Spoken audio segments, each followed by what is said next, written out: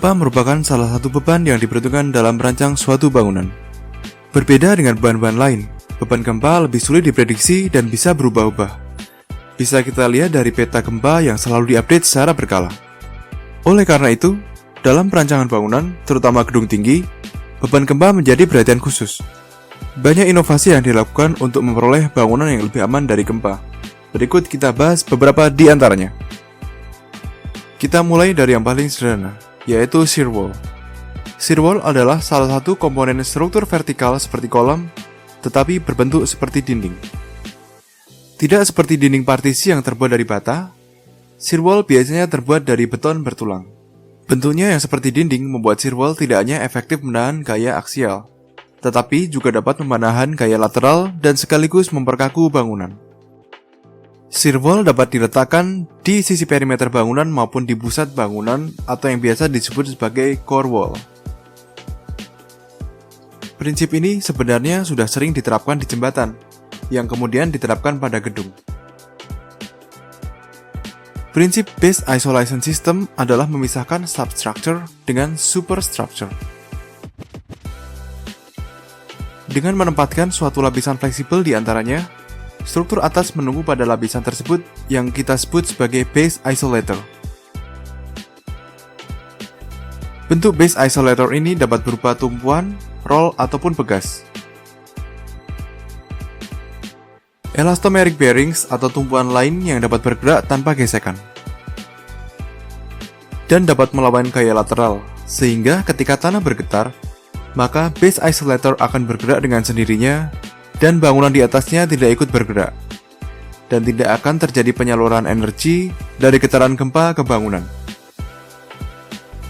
Singkat kata, bangunan tidak akan merasakan getaran ketika ada gempa bumi. Dengan adanya base isolator, energi yang ditimbulkan oleh getaran tanah dapat diredam, sehingga menjadi sangat kecil dibandingkan apabila bangunan didirikan langsung di atas tanah tanpa base isolator. Keistimewaan dari teknologi ini adalah memberikan kelenturan pada bangunan, karena isolator dirancang untuk meredam energi dan menambahkan damping sistem, sehingga dapat mengurangi seismic response pada bangunan. Outrigger adalah suatu sistem struktur tambahan berbentuk rangka batang berdimensi besar yang menghubungkan core dengan kolom-kolom eksterior pada suatu bangunan. Sistem ini telah cukup terbukti mengurangi simpangan lateral pada bangunan tinggi, khususnya yang memiliki lebih dari 40 lantai. Fungsinya yang menambah kekakuan dan mengurangi simpangan lateral, membuatnya cocok jika kita menginginkan gedung yang lebih tahan gempa. Prinsip kerja outrigger adalah penambahan struktur yang menghubungkan kolom eksterior dengan core wall. Struktur ini dapat menahan gaya lateral dan mentransfer gaya yang bekerja pada core wall ke kolom-kolom eksterior, sehingga dapat bekerja bersama-sama. Saat terjadi gempa, sebagian gaya yang ditahan oleh core wall dapat dibagi ke kolom-kolom eksterior. Penambahan outrigger juga dapat menambah kekakuan, sehingga simpangan lateral dapat berkurang. Penambahan outrigger sendiri tidak dilakukan pada setiap lantai. Biasanya dilakukan setiap 20 lantai atau sesuai kebutuhan hasil perhitungan rencana. Nah, untuk sistem ini sudah ada loh yang mengadopsi di Indonesia. Salah satunya adalah gedung Autograph and Luminary Tower pada kompleks Tamrin 9. Yang salah satunya merupakan gedung tertinggi di Indonesia saat ini. Tuned Mass Damper adalah sebuah alat kontrol yang terdiri dari sebuah massa, pegas, dan peredam yang terhubung dengan struktur utama, yang bertujuan mengurangi getaran dinamik yang disebabkan oleh beban angin atau beban gempa. Salah satu contoh yang paling terkenal dari massa ini berupa bola raksasa. Salah satu gedung yang menggunakan sistem ini adalah Taipei 101. Taipei 101 juga memiliki sebuah peredam massa raksasa yang terdiri dari bola baja berdiameter 18 meter dengan berat mencapai 720 ton. Bola baja itu bisa dilihat dari lantai 87 hingga 92. Sekarang kita pelajari lebih dalam tentang bola raksasa ini melalui contoh pada gedung Taipei 101. Gedung ini menggunakan 800 ton TMD yang menempati 5 lantai.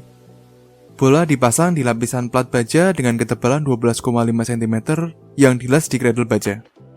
Dari lantai 92 dengan kabel 3 inci dalam 4 set 2 masing-masing. 8 piston hidrolik utama masing-masing sekitar 2 meter sebagai pegangan dudukan yang berfungsi mengurangi energi dinamis dengan mengubahnya menjadi pansa dan sebuah pin berdiameter sekitar 60 cm dari bawah bola, membatasi gerakan bola sekitar 1 meter, sehingga bola tidak keluar dari tempatnya dan malah merusak. Fungsi bola raksasa yaitu sebagai penyerap energi ketika terjadi goyangan akibat gaya lateral melalui redaman dari beban bandul tambahan. TMD ini sebenarnya lebih efektif dipakai untuk menahan gaya lateral akibat beban angin. Tetapi karena dapat menahan gaya lateral, maka dapat juga untuk menahan gaya dari gempa. Sedangkan fungsi utamanya adalah untuk mengurangi goyangan dan menghilangkan ketidaknyamanan pengunjung dan penghuni gedung. Kemudian untuk prinsip kerja bola raksasa ini dalam meredam getaran yaitu TMD akan terhubung pada struktur untuk mengurangi respon dinamik dari struktur. Frekuensi damper disetel ke frekuensi struktural tertentu, sehingga ketika terjadi beban dinamis dengan frekuensi tersebut, damper akan beresonansi keluar dari fase gerakan struktural. Atau secara sederhana, bandul bola raksasa ini akan menambah gaya untuk melawan kecepatan getaran bangunan, sehingga berfungsi sebagai rem penahan.